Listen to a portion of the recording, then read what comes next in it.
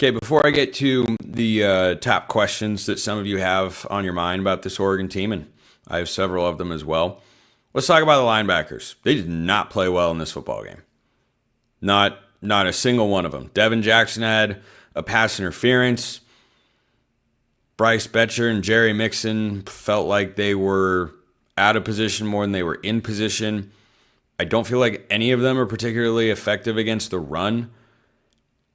I just watched this game and thought, man, is this the new, Oregon safeties from last year? I don't think it's at that level. I think other offensive coordinators are going to watch what Oregon's linebackers did on Saturday and go, boy, maybe we should attack them as much as we can. They have not played well. They just haven't. And I don't think they've been, miserable and it's awful and it's terrible and why aren't the young guys playing? I do think in 1 or 2 years' time, we could look back and go, yeah, those linebackers did some good things, but overall, the group we have now is better, right? That's what we're seeing with the secondary. It's not that last year's secondary was bad. By any objective metric, they weren't. They couldn't cover Ohio State. Okay, newsflash, most teams couldn't, and they needed a better game plan anyway. So you look at the secondary now, what it'll be going forward with Finney and Iffy as cornerstone pieces, pun intended, on the outside. Yeah, you're going to look back and go, man, the secondary used to have X, Y, and Z guy, and there are a lot of names you could put in there. I especially think about this with the safeties. Right now, I like Dylan Thieneman. I like Aaron Flowers. Jaden Kennedy at nickel, I think does a lot of really good stuff. I continue to like Jaden Kennedy. I definitely was wrong on him coming over. I said before the year, if he's playing, it probably means they don't like any of the other guys they have in that room. No, Kennedy's a dude. He's dude. He plays with a really fiery passion that I like watching, and he makes plays, and he's not. The word on him coming over that I heard was, hey, he commits a lot of penalties. Yeah, they've coached that out of him. He's a good player. I really like Jaden Kennedy. So I think for Oregon's linebackers, I just don't feel like they're making a lot of plays in any respect since the Jerry Mixon and Bryce Boettcher interceptions against Oklahoma State and Northwestern, and that's 2-1 in Big Ten play Northwestern to you, by the way. Other than that, I just don't feel like they've been making a huge impact so far this year. It feels like they have been liabilities more than they have been impact players, and like they've been okay, and going into this game, I was thinking about like what was the weakest unit or what is the weakest unit, and they've all looked so good, and I said the linebackers, and I think they got exposed on Saturday a little.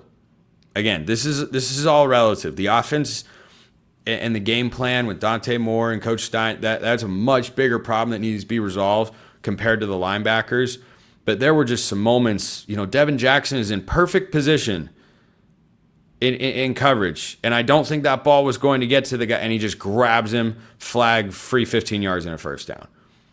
And Jerry Mixon's going to make a play on a guy, makes the right read, he's out there to hold it for a 2 to 3 yard gain, weak tackle attempt. I think he was just trying to strip the ball. Bryce Boettcher between the tackles, it gets pushed around, I think, a little bit too much from what I've seen on film, and just doesn't win enough. He's not bad. He's just good. He's okay to good. There's no great. There's no great in the Oregon linebacker room. That's what we can say. And I think Indiana took advantage of that a little bit on Saturday. So is that a major problem going forward? I think it's fixable. I think guys can play better. It's just a matter of trusting your reads and being a little bit more physical, playing with a bit more of an attitude. The most attitude I see from any linebacker at a moment is when Devin Jackson is blitzing. When Devin Jackson blitzes, I feel like we've got a serious playmaker in there, and he's really good at it. That's about it, though. When Jerry Mixon isn't picking guys off, he's not doing a lot from what I've seen against the run. I don't know. I'll look right now and see what Pro Football Focus says, but I have not been impressed with Jerry Mixon defending the run. In coverage, sure. So far, yeah, he's got a 63.8 run defense grade. That sounds about right. I've seen Jeff Schwartz point out on Twitter a couple times. He's a great film guy. and has some good videos if you want to check him out. And I think he does a good job and obviously knows the game really well. And he pointed out what I was kind of seeing on Saturday as well, which is, boy, the linebackers get lost in the run game a lot. We saw that in the Big Ten championship game. It's been an issue. So hopefully they address it going forward. I sent a poll out to my Locked On Ducks insiders out there, which you can become as well. Link in the description for a free 14-day trial. You get all sorts of perks like getting asked these poll questions that come up on the show. What are the top questions on your mind right now? And I don't know. That's why I asked. And the responses were kind of all over the place, but the most common ones were, how does Oregon respond to the loss? I think that's a great thing to be looking at going forward.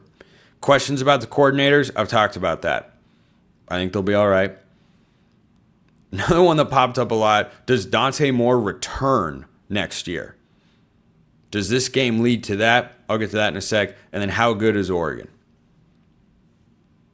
I think it's fair. I still think Oregon is a playoff team.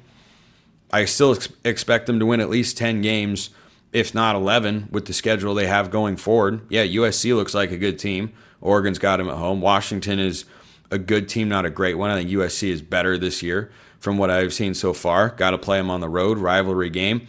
Maybe you drop one of those two. Iowa, yeah, things could get weird, but man, Wisconsin, Rutgers, Minnesota, yeah, those should be pretty easy wins for the Ducks, and then you should lose no more than one game the rest of the year. But on the Dante Moore return factor, I'm not surprised people thought that. I had a friend text me that, well, maybe this means Dante will return next year. Way too early in the season to be making a declarative statement on that front, or to know, like, this game is not going to be the sole moment we look back and say, that's why Dante's coming back.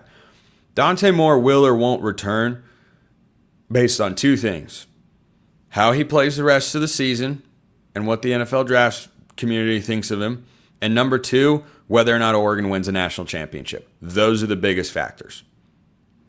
If Oregon does not do the second, his return is more likely. We saw that with Bryce Boettcher. Bryce has either outright said or all but said, I can't remember exactly, if last season had ended differently, he's probably not on this football team. I bet Dante Moore would think that way, because Oregon could offer him plenty of NIL money to return. But this one bad game is not going to propel him to automatically come back. What if Oregon does go win the national championship now? Ohio State lost twice in the regular season last year, and it worked out pretty well for him. If Oregon goes on to win it all, Dante's going to the NFL draft, and I won't care one single bit. I would take that in a heartbeat if it means we only get to watch him play quarterback for 1 year. But yeah, that one was, I think we can pump the brakes a bit. But the number one question that was on my mind coming out of this game, how do they respond? Going back to the conversation about Dan Lanning and what he's done as a head coach. All right, your team stumbled. It's hard. You're going to face adversity. I just watched my Mariners play 15 innings on Friday night.